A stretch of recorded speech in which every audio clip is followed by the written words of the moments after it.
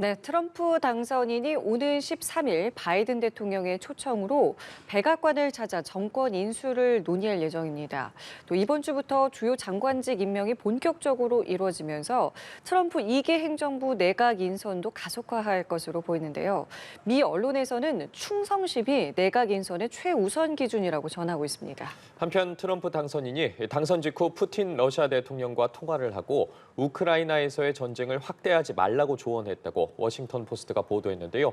관련 내용들 김재천 서강대 국제대학원 교수와 함께 이야기 나눠보겠습니다. 어서 오십시오. 네, 안녕하세요. 네, 예, 안녕하십니까. 안녕하십니까. 자, 앞서 말씀드린 것처럼 트럼프 당선인이 당선 직후에 푸틴 러시아 대통령과 통화를 했습니다. 앞서 트럼프 당선인 같은 경우에는 선거운동 기간에도 본인이 취임을 하면 취임 후 24시간 내에 우크라이나 전쟁을 끝낼 수 있다고 공언하지 않았겠습니까? 네. 이번에 푸틴 대통령과 통화하면서 좀 어떤 이야기를 주고받았을까요?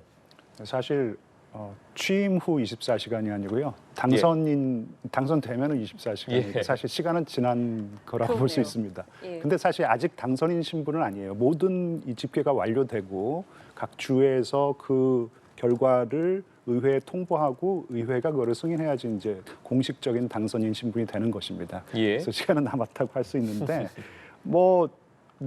그 우크라이나 해법이라는 것은 별다른 게 없을 것 같아요. 결국 젤렌스키 우크라이나로 하여금 상당 부분 영토를 좀 포기하고 하지만 그 대가로 평화를 되찾아라. 그래서 크리미아 반도 같은 경우에는 되찾을 생각하지 말고 그리고 지금 동부에 보면은 뭐 돈바스라고 할 수 있는 지역이 있는데 여기서도 뭐 한 반 정도로 나눠서 반은 되찾고 반은 그냥 러시아에게 줘라. 뭐 이제 이런 어떤 안 그리고 우크라이나 같은 경우에는 절대로 나토에 가입할 수 없다. 뭐 이것을 이제 좀 푸틴에게 확인시켜 줬겠죠. 그러니까 더 이상 전쟁을 확전하지 말고 내가 정말로 실권을 가지게 된다면 이제 취임을 하게 된다면은 내가 그런 식으로 협상을 할 테니까 섣불리 전쟁을 더 확전하지 말고 그런 식으로 한번 조금 그 휴전안 그러니까 전쟁을 완전히 끝내지는 못하겠지만 휴전 협상 안에 한번 돌입해보자 이런 좀 암시를 하지 않았을까 싶습니다.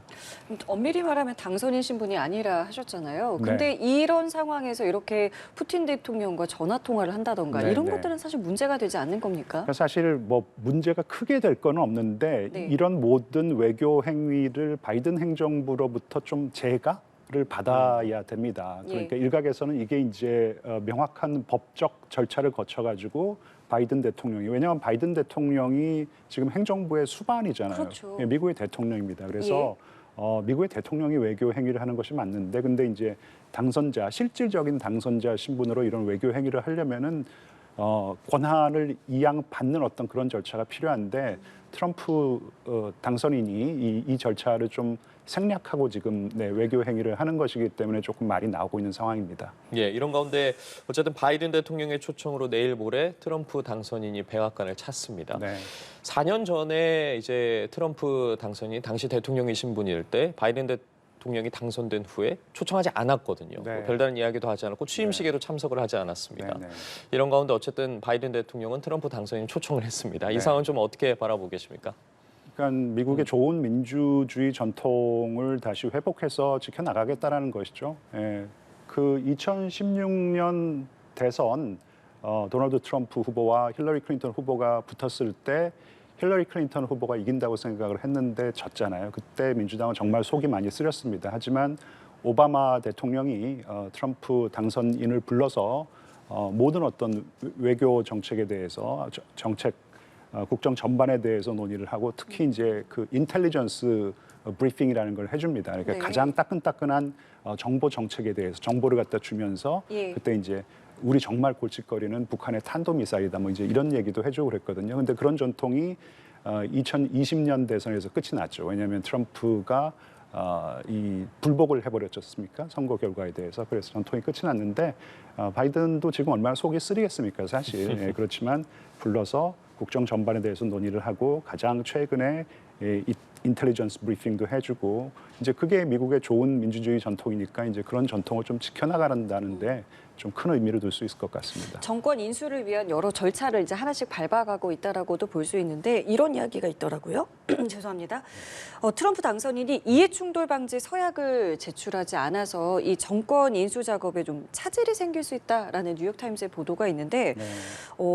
이 이해충돌 방지 서약이라는 게 어떤 건지부터 좀 말씀을 그러니까 부탁드릴게요. 트럼프부터 그리고 트럼프 측근 인물 중에 굉장히 돈이 많고 그리고 실질적으로 사업을 운영하고 있는 그런 인사들이 많습니다. 이제 이 나라의 일을 맡으면은 이 자신의 어떤 사적 이익과 충돌되는 부분이 있으니까 예.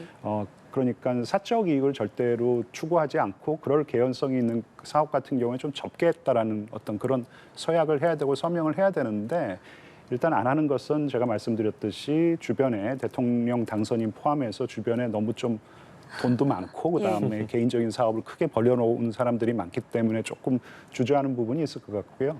두 번째는 일종의 기싸움이죠.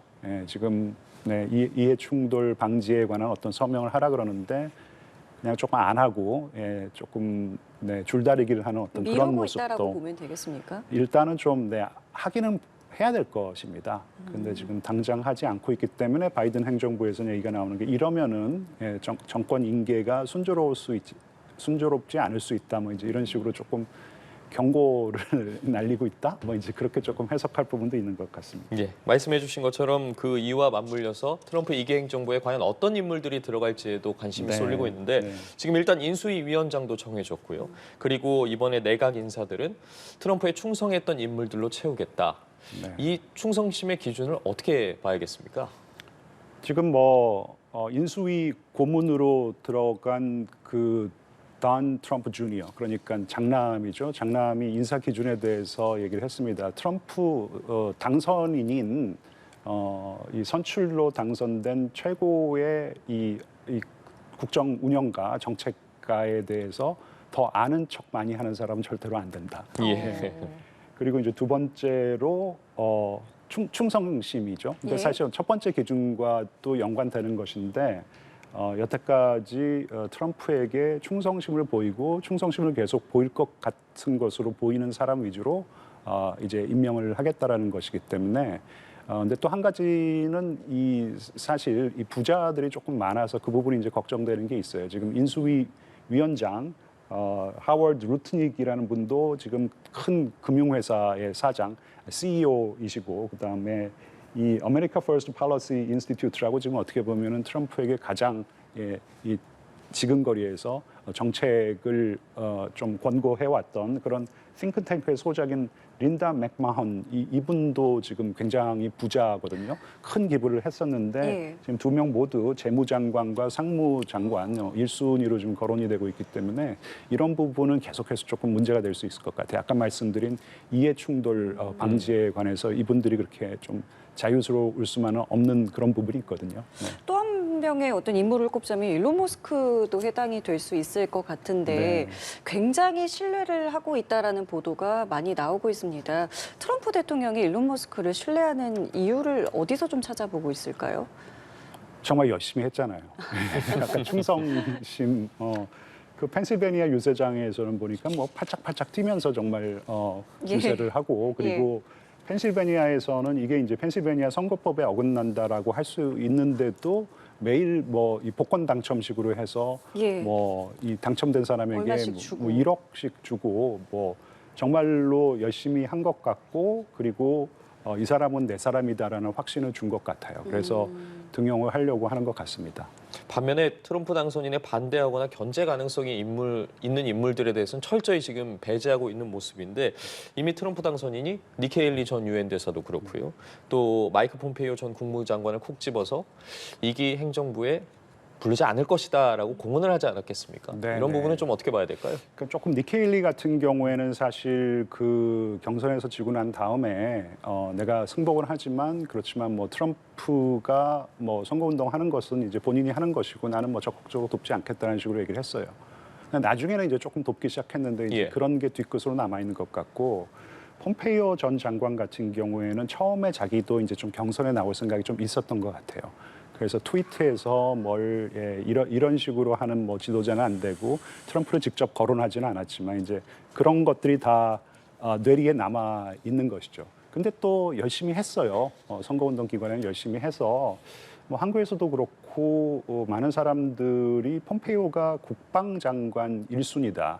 그냥 국무장관은 사실 늘 대통령을 조금 만나야 되는 부분도 있는데 국방장관은 조금 떨어져서 이제 자기 일에 좀 전념할 수 있거든요.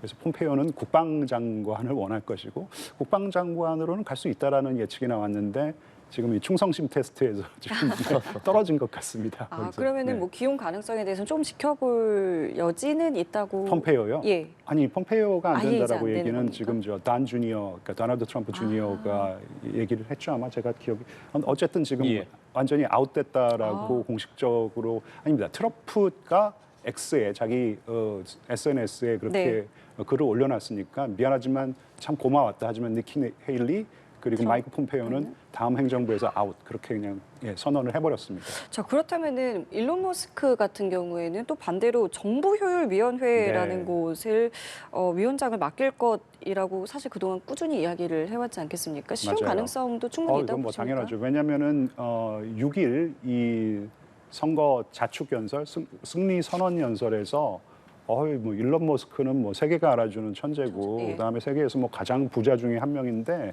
이 사람이 이제 행정부에서 중요한 역할을 맡을 것이다라고 예. 그냥 아예 못을 박아버렸어요. 그래서 역할을 맡을 것은 분명하고 그리고 죄송합니다. 머스크도 자기 이번에는 X죠, X. 예. 트위터요? 예, 예. 트위터에 사진 한 장 올렸습니다. 이 싱크대를 가지고 이제 직접 들어가는 백악관에 들어가는 사진을 올렸는데 들어간다라는 것이죠, 자기도.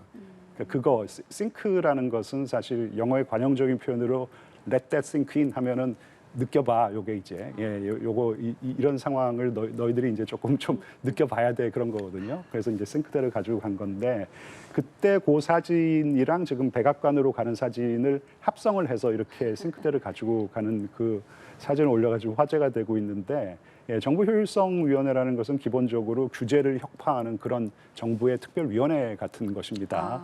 이 머스크가 사실 정치색이 옅은 그런 사람이었는데 자기가 이제 테슬라라든지 그다음에 스페이스X 그런 메이저 사업을 추진함에 있어서 바이든 행정부가 이렇게 설치해 놓은 어떤 이 규제 장벽에 걸려가지고 굉장히 좌절을 많이 맛봤대요. 특히 사실 이 일론 머스크는요 자율주행이에요. 자율주행에 완전히 꽂혀 있는데 자율주행을 지난번에 선보였었을 때 바이든 행정부에서 이거 안 된다 저거 안 된다 이렇게 해서 너희들 이거는 뭐 거의 접어라식으로 얘기를 갖다 했다라는 것이에요. 이제 여기에 좌절을 느끼고 그리고 나서는 이제 트럼프에게 완전히 올인을 한 것입니다. 그래서 아마 머스크는 정부의 조금 쓸데없는 본인 생각에 좀 과도한 규제를 혁파하는데 앞장서는 역할을 할 것 같습니다. 예. 그리고 우리 입장에서는 트럼프 2기 행정부의 대북 정책도 굉장히 주시하고 있지 않겠습니까? 네. 관련해서 뭐 트럼프 당선인 같은 경우에 김정은 위원장과의 친분을 과시하긴 했지만 지난 1기 행정부 때와는 관계가 좀 다르다라는 분석도 나오고 있고요. 앞으로의 미국과 북한의 관계에 대해서는 좀 어떻게 전망하십니까? 일단 그러니까 제가 판단하기에는 트럼프의 기본적인 입장은 이런 것 같아요. 그러니까 뭐 당장 뭐 북한과 핵 협상에 돌입하자라는 것은 아니고요. 예. 북한이 엄청나게 이제 막강한 핵무기 국가가 된 것은 분명하니까 그렇다면 나랑 김정은이랑 사이가 좋으니까 그런 관계를 잘 활용해서 이용해서 위기를 좀 관리하자라는 것이죠.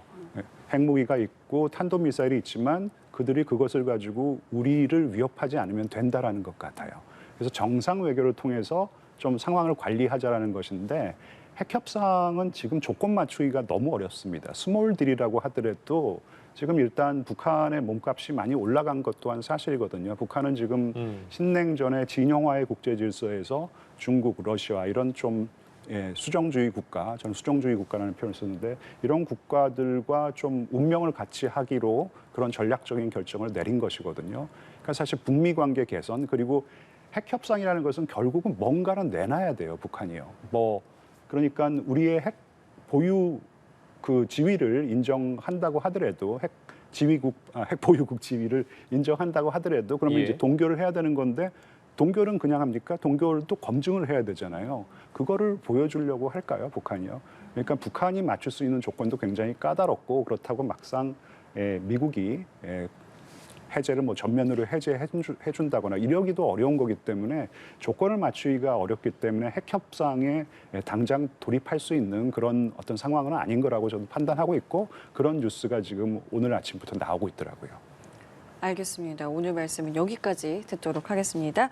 지금까지 김지천 서강대 국제대학원 교수와 함께했습니다. 오늘 말씀 감사합니다. 고맙습니다. 네, 감사합니다.